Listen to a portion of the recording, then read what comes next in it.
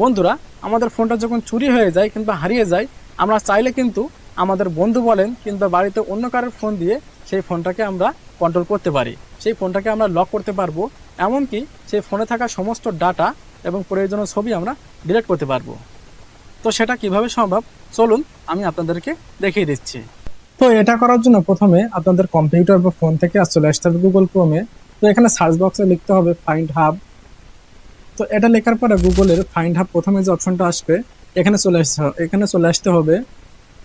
তারপরে এখানে দেখেন বাম পাশে দুইটা অপশন আছে, একটা হচ্ছে ডিভাইস, একটা পিপল। তো আমি এখানে ডিভাইসে ক্লিক করব, যেহেতু আমাকে আমার মোবাইলটা কোথায় সেটা খুঁজতে হবে। এখন ফাইন্ড হাবের নিচে দেখেন সাইন ইন অপশন আছে, এখানে চলে যাব।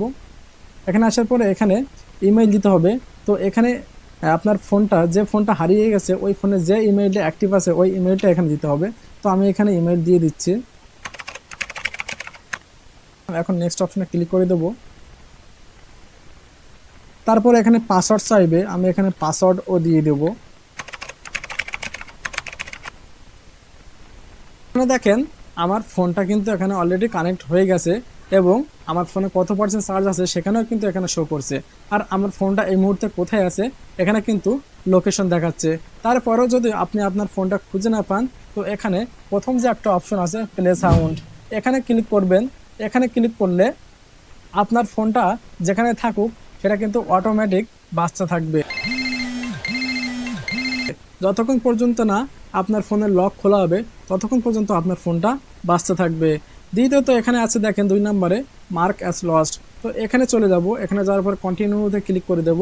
দেওয়ার পরে প্রথমে যে একটা বক্স দিবে মেসেজ অপশনাল, তো এখানে আমি দিয়ে দেব আমার ফোনটা হারিয়ে গেছে, কেউ পেয়ে থাকলে এই নাম্বারে যোগাযোগ করবেন, এবং নিচে আমি আমার নাম্বারটা দিয়ে দেব। দেওয়ার পরে এখানে আমি মার্ক অ্যাজ লস্টে ক্লিক করে দেব।